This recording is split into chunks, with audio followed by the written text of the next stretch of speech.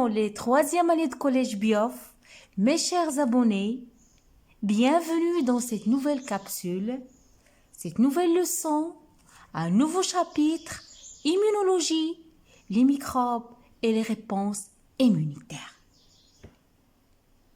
Mes chers élèves, notre environnement, il pullule de micro-organismes. On trouve dans l'air, dans l'eau, à la surface de tous les objets qui nous entourent, partout. Mais lorsque ces micro-organismes, ils entrent dans notre corps, ils peuvent nous rendre malades.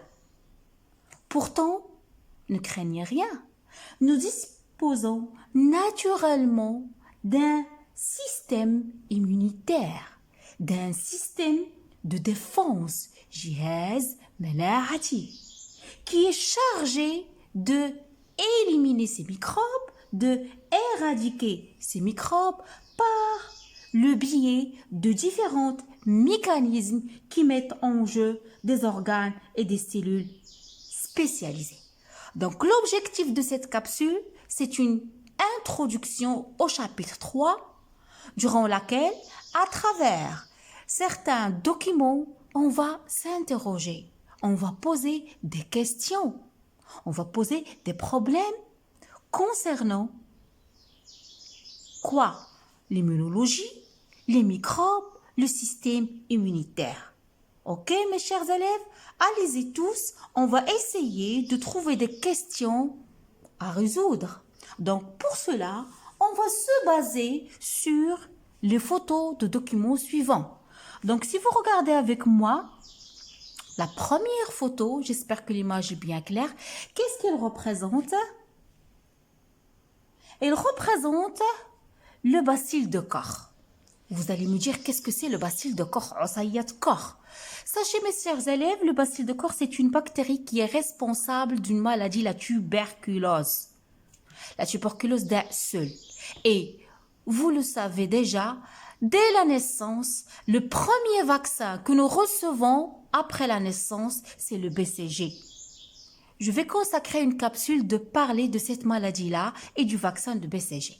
Donc, quel est l'agent qui est responsable de cette maladie? La tuberculose, c'est le bacille de Koch. Donc, dès la naissance, on se vaccine par le vaccin BCG qui est destiné à nous protéger contre la tuberculose. Comme vous voyez là, l'image ci-contre, elle représente des bacilles de Koch de 2 à 5 micromètres sur 0,3 à 0,5 micromètres observés au microscope électronique. D'accord?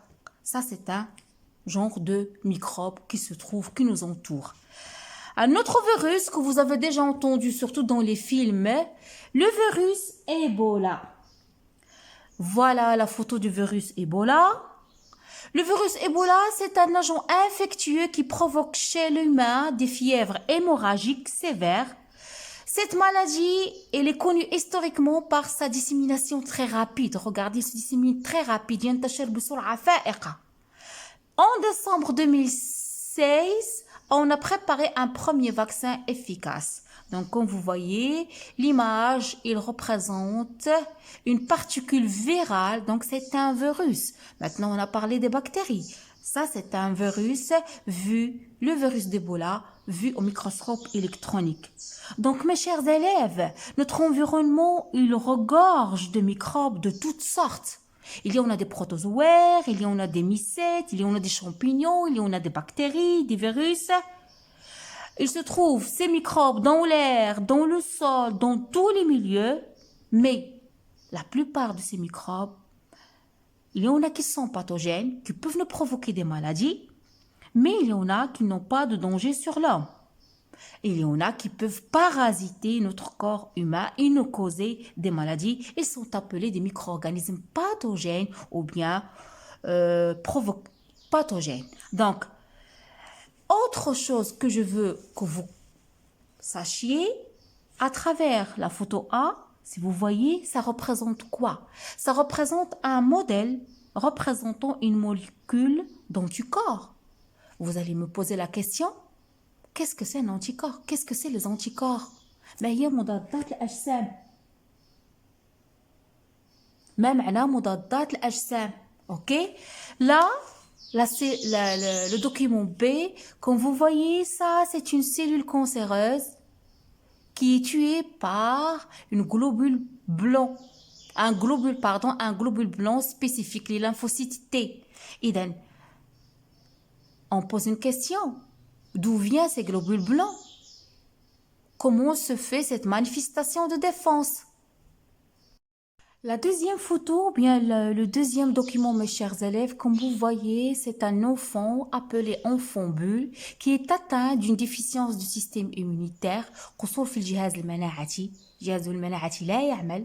Dès la naissance, sa moelle osseuse ne fonctionne pas. Donc, ça nous pousse de poser la question, quel est le rôle de la moelle osseuse dans le processus de l'immunité?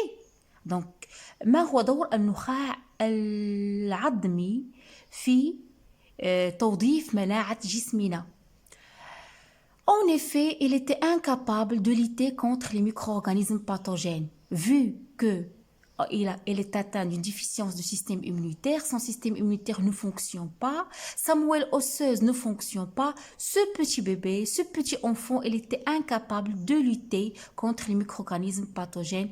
Donc, comme solution, il était mis dans une enceinte stérile, une bulle, en attente d'une greffe de moelle osseuse. Donc, يتم وضعه هنا في هذه الكبسولة في انتظار أن يتم زرع نخاع عظمي له حتى يستطيع جسمه إنتاج الكريات المناعتية والخلايا المناعتية التي سنتعرف عليها. Donc, mes chers élèves, le système immunitaire, il est constitué de plusieurs organes et de plusieurs cellules, ce qui nous pose à poser la question, de quoi est composé ce système immunitaire? Quel est le rôle de ces organes? Quels sont ces organes? Quel est le rôle de ces cellules immunitaires? Quel est le rôle de globules blancs? Quel est le rôle des lymphocytes qu'on vient de voir? Donc, ils luttent contre les éléments étrangers à l'organisme et contre les cellules anormales.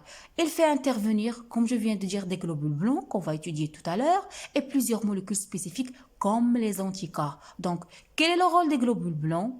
Où se forment les globules blancs? Et aussi, quel est le rôle des anticorps? Par qui sont fabriqués ces anticorps? Donc, voilà, mes chers élèves, les questions, les problèmes qu'on doit résoudre. Première question, qui n'est pas notée ici, on doit trouver quels sont les différentes micro-organismes, quels sont les différents types de micro-organismes et leurs caractéristiques. Ok? Quelles sont les caractéristiques des microbes en général et des micro-organismes pathogènes en particulier?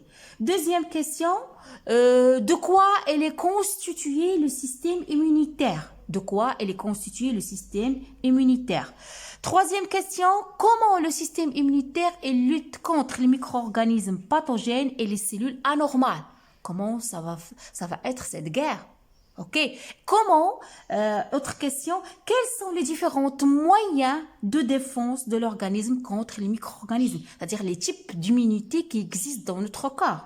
Je vais terminer mes questions par comment peut-on aider le système immunitaire en cas de besoin?